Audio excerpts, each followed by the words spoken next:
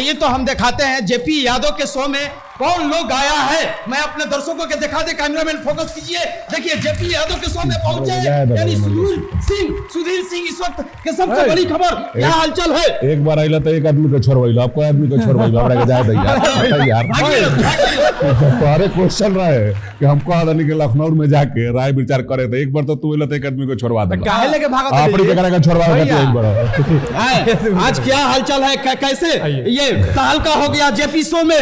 आज जबरदस्त तरीके से ये खबर है आरती न्यूज़ पर बड़ी खबर के साथ सुधीर भैया। हम इनके से डरात रहे नहीं भैया, ई कब का पूछ दी हम महाराज हमने के जवाब नहीं मुकरा के घुमा के लोग डाल देवेला। काहे घुस गइल बनी जी? अरे इस शो में क्या घुस गइल नहीं? दिखावल जरूरी बानू कैमरा पर कि सुधीर सिंह के का आज स्टेटमेंट रहल जेपी शो में। एकदम निश्चित बाटे कि जोन शो जेपी यादव जोन शो के जोन बाटे रुआ महत्व देख चुकल बनी जी। और आज के डेट में सबसे बड़ा शुभकामना देत बनी कि हमार छोट भाई जोन हमरा गांव के ही हवन, और ऐसन बिहार स्तर पे हमरा बार पहला बार लगा था कि ऐसन शो यानी एकरा के बड़ा बड़ा चैनल भी उठा सकेला। अगर इस 100 जौन हिसाब से चल रहा बा या कुछ देर हंसे के रहो तो हंसा ही आइल बनी, तो ई बहुत कम मिलेला। कि कपिल शर्मा के आज के डेट में हम लोग तनाव के मंच मिल जाला, राजनीतिक मंच मिल जाला, लेकिन हई हास्य मंच जौन मिलल बा एक खातिर हम भाई जेपी भाई के बहुत शुभकामना देता नहीं और पूरा टीम के हम धन्यवाद देते मानी कर लोग के मेहनत एक दिन जरूर रंग लाई। बहुत बहुत शुक्रिया, बधाई बधाई। तो बहुत बहुत धन्यवाद भैया इतना समय देनी और हमने के बीच में अपन कीमती वक्त दे के हमने के हौसला अफजाई भी करनी काहे कि रुआ हमने के गांव रुआ से शो खातिर हम तो बाबा ज्यादा बोले नहीं ना विनय भैया, रुआ शो खातिर वो छोड़ चुकी शायरी छोड़ जाता नहीं। अच्छा ई हो सके कहावत तंत्री भैया एगो रुआ देख लो कि हम काजल जी जी कहो विकास भाई काजल देख ले बड़ी तो काजल जौन होला डेली लगाओ जाला, डेली मिटाओ जाला। हम जेपी यादव जो कि जितना भी टीम मेंबर बा लोग सब लोग के शुभकामना देता नहीं कि सिंदूर बने के प्रयास करी लोग। सिंदूर जौन बाटे वो जिंदगी भर रहेला, तो हम ये कहें कि रोने से दुख दूर नहीं होने को, जितना रोए उतना दुनिया रोआई जी। तो रोने से दुख दूर नहीं होने को और आंसू से खास करके मेरे जैसा पत्थर तो चूर नहीं होने को।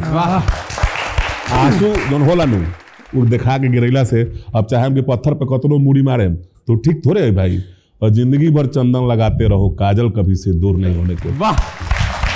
तो रुगलवन के बीच में सुधीर भैया रनी हा, ये एपिसोड रुगलवन का कैसा लागल है कमेंट करी लोगन, और ऐसा ही हंसत रही मुस्कुरात रही या देखत रही द जेपी यादव शो। और अंतिम एगो सवाल भैया से रही, और सवाल का भाई बहुत सारा मांग बा, पूरा सोशल मीडिया जहाँ भी खोली बहुत लोग के ई मांग बा कि हमनी के सांसद हमनी के गार्जियन पूर्व सांसद श्री प्रभुनाथ सिंह जी की रिहाई खातिर बहुत जगह मतलब आंदोलन तरीका से एगो चलता, सब कोई मांग करता बहुत ज़्यादा। और रउआ का संदेश देवे के चाहता नहीं? जैसे जेपी यादव मंच के जरिए बस इतना ही कहम कि वहाँ की उम्र 75 साल हो गई बा जी। अभी कुछ दिन पहले हमारे बाबूजी जी जी जी यानी वही जेल में वहाँ के साथ ही रही, और शायद अगर वहाँ के हमने के निकाल के ले आओ तो नहीं तो उम्र के कुछ हिस्सा जो बा अपना लोग के साथे अपना परिवार के साथे अपना पोता पोती के खिलावे में थोड़ा सा समय बिता का है कि समय के कोनो बहुत बार का 75 आज के डेट में 80 बहुत ज़्यादा हो जाता, 80-85 बहुत ज़्यादा हो जाता। तो वही हिसाब से अगर उड़ा लोग जेपी यादव के मंच से जरिए विकास भाई मुखिया जी अगर आज लोग आवाज़ उठावता नहीं तो शायद बाटे के बड़ा चैनल पर अगर एक कैच करी लोग तो निश्चित बाटे कि प्रभुनाथ बाबू के रिहाई हो या मेरे वालों का सहयोग रही, एक खातिर हमारे परिवार हमेशा वालों के कर्जदार रही। एमे सुधीर भैया के भी चूँकि कहल जाला ना कि वो संघर्षों के बलबूते पे जंग की आज़ादी पलती है, इतिहास उधर मुड़ जाता है जिस ओर जवानी चलती है। तो सुधीर भैया के तो ऐसे ही पूरा सब कुछ सारा यूथ यहाँ के साथे बाटे जनते यहाँ के चली ले सब कुछ सब लोग देखबे करला सोशल मीडिया से लेके हर जगह यहाँ के लोग हेल्प भी करी ले। तो एगो सुधीर भैया हमने के ई में एकदम रुआ साथे बनी जाए आई करे के भी चाहिए। हमने के भैया जेपी यादव शो के जितना भी टीम बा हमने के भी सरकार से और भैया बैठले बनी सरकार में कोशिश करम सन कि ये विनती करम सन कि अगर संभव होके ऐसा प्रयास करी लोगन कि ज़्यादा से ज़्यादा इस चीज़ की आवाज़ उठे, और कहीं ना कहीं समाज सेवा में ही अपन पूरा जीवन दिले बनी। एगो जनप्रतिनिधि के तौर पे बहुत बार सेवा के लिए बनी हमने के क्षेत्र के महाराजगंज से। तो हमनियों के विनती रही सरकार से कि ये पर कदम उठावल जाओ, ठोस कदम उठावल जाओ।